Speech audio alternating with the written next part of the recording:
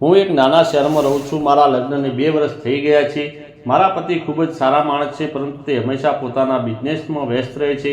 ઘરમાં મારા સાસુ સસરા, જેઠ અને જેઠાણી છે। મારા જેઠ છે એટલે કે મારા પતિના મોટા ભાઈ। તે મારાથી ઉંમરમાં 10 વર્ષ મોટા છે, પણ દેખાવમાં ખૂબ જ આકર્ષક છે। ઊંચું કદ, મજબૂત શરીર અને એવી સ્મિત જે કોઈનું પણ દિલ જીતી લે। એકવાર જેઠાણીજી થોડા દિવસો માટે પિયર ગયા હતા અને સાસુ સસરા ગામડે ગયા હતા।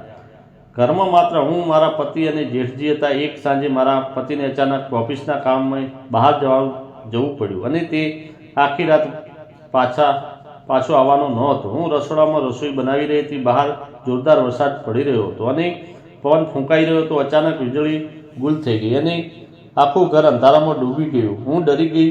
આવા માહોલમાં એકલી સ્ત્રી ડરી જાય છે। મેં મોબાઈલની લાઇટ ચાલુ કરી અને બહાર નીકળી। જેઠજી તેમના રૂમમાં હતા। મેં ધીમેથી અવાજ આપ્યો, જેઠજી, લાઇટ જતી રહી છે। તે તરત જ બહાર આવ્યા।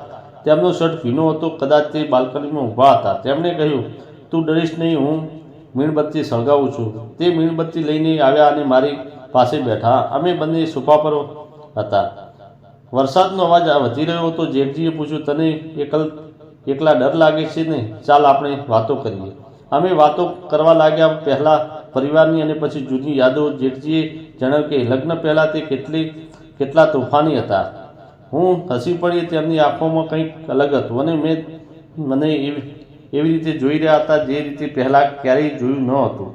ધીરે ધીરે વાતો ઊંડી થવા લાગી। જેઠજીએ કહ્યું, તું ખૂબ જ સુંદર છે, મારો ભાઈ ખરેખર નસીબદાર છે। હું શરમાઈ ગઈ અને મારા ગાલ લાલ થઈ ગયા। મેં કહ્યું, જેઠજી, તમે મજાક કરી રહ્યા છો, પણ તે ગંભીરતા હતા। તેમણે મારો હાથ પકડી લીધો। તેમનો સ્પર્શ ગરમ હતો, પણ મેં હાથ છોડ્યો નહીં। વીજળીના ચમકારે તેમની આંખો ચમકી રહી હતી। અચાનક જેઠજીએ મને પોતાની તરફ ખેંચી અને હું તેમની છાતી સરખી ચાંપી ગઈ। તેમનું દિલ જોરથી ધડકતું હતું। મેં પણ મારી આંખો બંધ કરી દીધી। તેમણે ધીમેથી મારા ગાલ પંપાળ્યા। મેં કંઈ ન કહ્યું। પછી તેમના હોઠ મારા હોઠને અડ્યા। તે પહેલું ચુંબન હતું, એટલું ઊંડું અને જુસ્સાદાર કે હું બધું જ ભૂલી ગઈ। અમે બંને એકબીજામાં ખોવાઈ ગયા। જેઠજીએ મને ખોળામાં ઉઠાવી અને પોતાના રૂમમાં લઈ ગયા।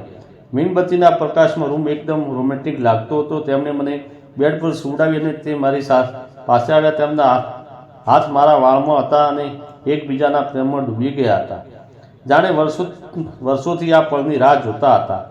તેમના દરેક સ્પર્શમાં જાદુ હતું। તે રાત અમારી હતી। બહાર વરસાદ વરસતો હતો અને અંદર અમે એકબીજાની બાહોમાં હતા। જેઠજીએ જે પ્રેમ આપ્યો તેની મેં ક્યારેય કલ્પના પણ નહોતી કરી। અમે કલાકો સુધી સાથે રહ્યા અને સવાર સુધી ઊંઘી ન શક્યા। બીજી સવારે મારા પતિ પાછા આવ્યા। બધું સામાન્ય લાગતું હતું, પણ જ્યારે મારી અને જેઠજીની નજર મળી ત્યારે કંઈક અલગ જ વાત થતી હતી। જેઠાણીજી પણ પાછા આવ્યા, પણ હવે અમારી વચ્ચે એક રાજ હતું। અમે ક્યારેય રસોડામાં તો ક્યારેક છત પર છુપી રીતે મળતા હતા। જેઠજીનો પ્રેમ મારા માટે સ્વર્ગ બની ગયો હતો। મારા પતિએ ક્યારેય શંક નહોતી ગઈ। જેઠજી કહેતા કે આ સંબંધ ખોટો છે, પણ દિલ માનતું નથી। હું પણ તેમને જેટલો જ પ્રેમ કરવા લાગી હતી। ધીરે ધીરે મારો સંબંધ વધુ ગાઢ બન્યો। એક દિવસ જેઠજીએ મને તેમના રૂમમાં બોલાવી। જેઠાણીજી બહાર ગયા હતા। તેમની બાહોમાં મને ખૂબ શાંતિ મળી રહી હતી। સમય પસાર થતો ગયો। અમારું રહસ્ય સુરક્ષિત રહ્યું, પણ પ્રેમ વધતો ગયો। ક્યારેય મને ડર લાગતો કે જો કોઈને ખબર પડી જશે તો આપણે પણ જેઠજી કહેતા, ડર નહીં, હું છું ને। તેમની આ વાતો મને હિંમત આપતી હતી। મિત્રો, આજની સ્ટોરી તમને કેવી લાગી? તમારા વિચારો અને લાગણીઓ કોમેન્ટમાં જરૂરથી શેર કરજો। તમારી કોમેન્ટ અમારી માટે બહુ મૂલ્યવાન છે। અને જો સ્ટોરી ગમી હોય તો અમારી ચેનલને સબસ્ક્રાઈબ કરવાનું ભૂલતા નહીં અને અમારી સાથે જોડાયેલો ધન્યવાદ।